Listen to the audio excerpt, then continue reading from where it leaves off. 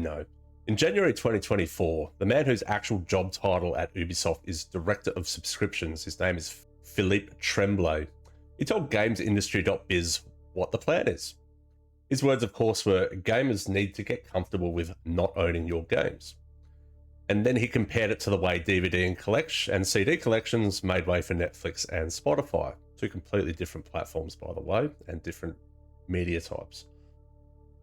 He said this is the consumer shift that needs to happen.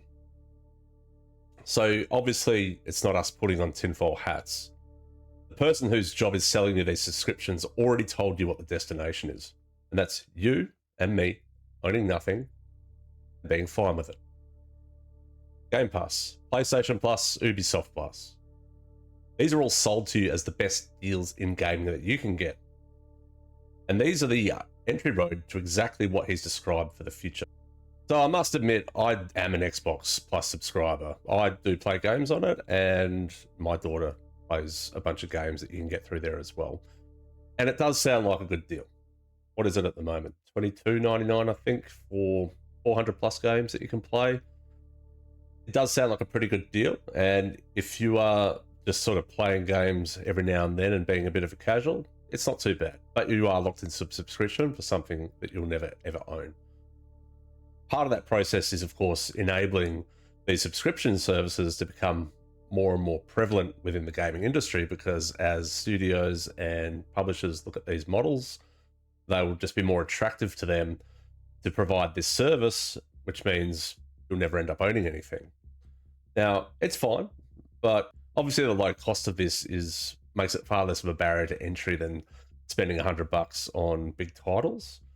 But that's also part of the problem. You can get well into a game and be enjoying it, and they can just whiff it out of the store anytime they want, and you've got no recourse to complain about whether you thought that was fair enough. It's just gone, and then comes the next games. You might get a heap of games coming in that you just don't like at all, but you're still paying for the privilege of having access to those games, even though you have no intention of playing any of them. So that's obviously a bit of an issue with subscription services, because you literally don't get to choose what's on offer. And of course, as we know, the subscription paradigm or culture is widening out into other markets. And obviously, TV are all turning into subscription services as well. It started with Netflix, which was a good deal at the time, but now every single service is just split to the point where we're almost better off going back to pirating everything. You rent houses because property is unaffordable, etc. There's just so many things that you're just tied into these days, because that's the model, because nobody wants you to own anything, because they want to be able to pull the plug anytime they want and not be obliged to support it by any laws. Which brings me back to a point that I just made previously, is that with these subscription services, you don't control how much you pay, and you certainly don't control what's on offer.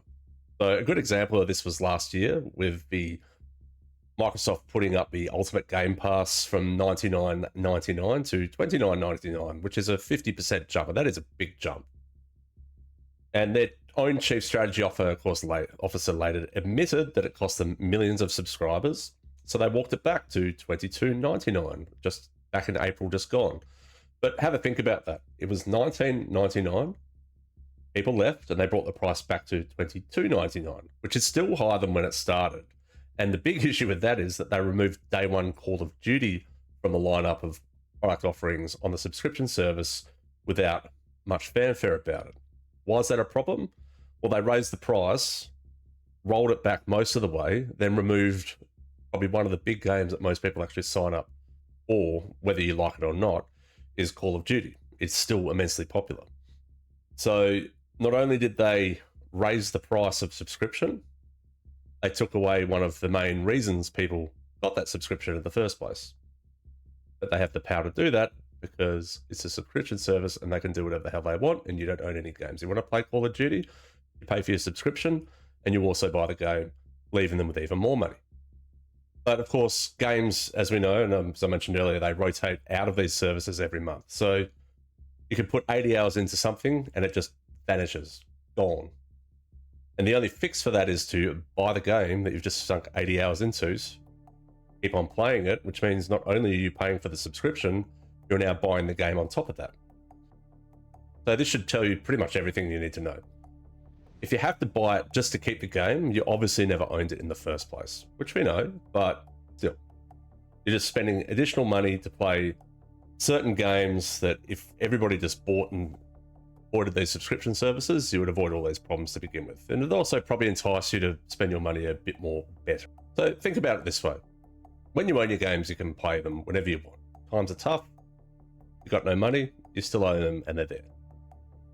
But if you have a tough month and you can't afford to pay your bills, you're going to have to give something up, aren't you?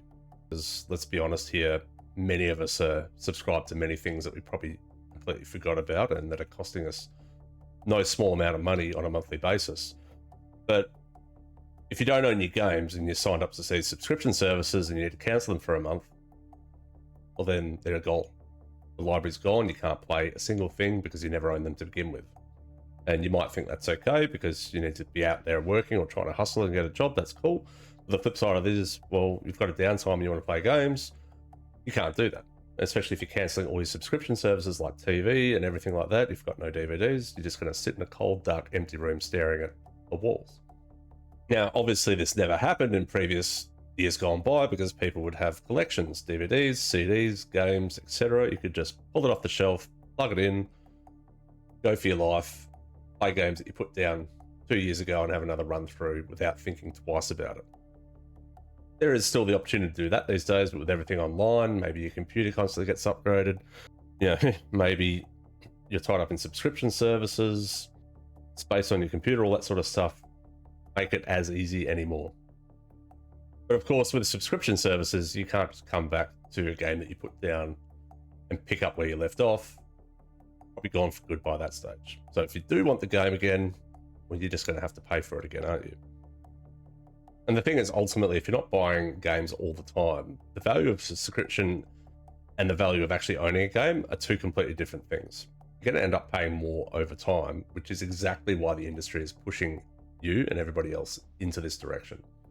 So when Access is the whole idea of this model, of course, they keep the kill switch to turn it off whenever they like. As I mentioned in my last video, The Crew was a racing game by Ubisoft that people bought outright in 2014. And on March 31st, 2024, Ubisoft shut down all the servers.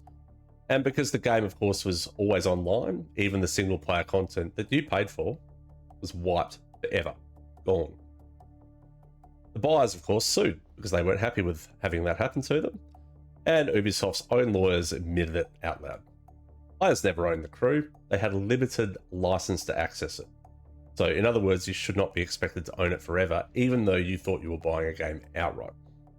But of course, again, as in my last video, it's happened even more recently with Anthem, which we know was EA's live service flagship game and reportedly sold over 5 million copies. That got pulled from sale in August last year, and its servers shut down on January 12th this year.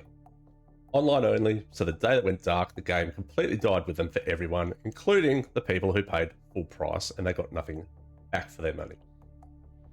So a subscription service essentially just speeds this up. Live service game with no offline mode is a rental even when the store says buy. So that's 2 games now, 2 games that people paid for, not even free to play. So it's pretty clear that they're just going to keep going with this kind of stuff. So if you are interested and want to keep up with this kind of current news, make sure you hit like and subscribe. I'd appreciate you sticking around with me.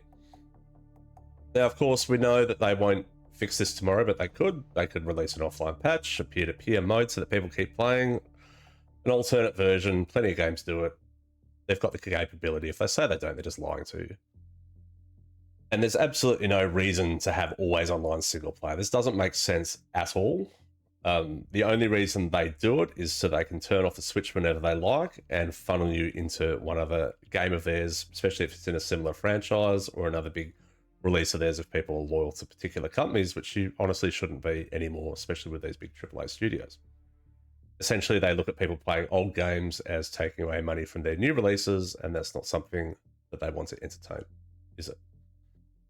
So with that in mind, there's something that ownership gives you that a subscription never will. And that is actually resale, lending, gifting, and you can hand collections down, of course. A game still had value after you'd finished with it. You could trade it in, sell it, lend it to a friend. A license and a subscription slot, of course, have zero value once you've paid the money for it. This was by design, because when a store like GameStop sold a used game, the publisher, of course, gets absolutely nothing from it. So essentially, they wanted to kill the format and let you own a thing that they couldn't keep charging you for. And then, of course, there's the preservation aspect of it as well. A game that's locked to a server cannot be legally archived or emulated. This is the first medium in history that can delete its own history on command. Volunteers actually brought the Crew partway back with a fan server emulator, in case you hadn't heard, but they're fighting an uphill battle against the law. Save a game that millions of people paid for. So why does the industry keep doing this? Well, recurring revenue is obviously what shareholders reward. A library you can own forever is simply a one-time sale that then sits there and generates no more additional income or money for the company. Of course, a subscription is a customer who pays again every month, eventually forever. Resale, lending, ownership, those are all leaks in that model. So, of course, the most rational thing for the executive class is to do exactly what the Ubisoft guys described, make you comfortable owning nothing. And, of course, he wasn't trying to be the bad guy, but he was just letting you know the direction that these corporate entities are all moving towards. So, as I mentioned earlier, this is the same pattern that's playing out across all forms of media and just other things generally in the broader world. Film, software, cars, features, where you live. You can even buy subscriptions to food products these days. You know, HelloFresh, plenty of others around. Basically, they're trying to turn everything into a rental economy where you never get to own anything, which means you're always going to keep on paying. But of course, there is good news about this, and there is a little bit of pushback.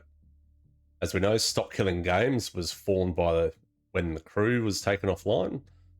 This became a formal European citizens initiative with over 1.29 million validated signatures. So they actually ended up getting a hearing in the European Parliament just back in April. So as I'm recording this, the European Commission's official response is right around the corner. So they're due to reply by this in late July. So well over 1 million people in the EU and plenty of us outside of there are waiting to see if they actually do anything to protect us as consumers. And of course, the law called AB 2426 already makes it illegal for a storefront to slap the word buy on something they can revoke unless they tell you it's plainly just a license. The state had to pass the law onto them to stop lying about whether you actually owned it or not, which is pretty interesting. And the last one, right to repair, is now live in 5 states in the USA. So Oregon and Colorado, they banned the parts repairing tricks that stop you from fixing what you own. So it is the same fight, it's just a different part of it. So essentially, if you paid for it, you should be able to control it. Pretty simple stuff, right? So Game Pass isn't the best deal in gaming. It's actually one of the most comfortable ways invented to talk you out of ever owning your own games ever again. And the Ubisoft bloke who is selling it just blatantly told it straight to your face. They didn't take ownership away in one fell swoop. They rented it back to you. 1 month, one login, one price hike at a time, all under the name of convenience. So the fix isn't to obviously stop subscribing to everything. I mean, like I said, I'd be a hypocrite if I was saying that and didn't do it myself. They're fine to an extent, but that's when you understand what you're paying for. Just make sure that you never mistake a rental for ownership ever again. Make sure you keep an own core of games, physical, DRM free, something with an actual real offline mode. And before you sink hundreds of hours into a game, just ask yourself one question. Can I play this if I cancel? If the answer is no, buy it or just walk away. So if you'd like to learn more about what California is doing to protect our games, make sure you check out this video on screen right now, and that'll go into greater detail. Bye for now.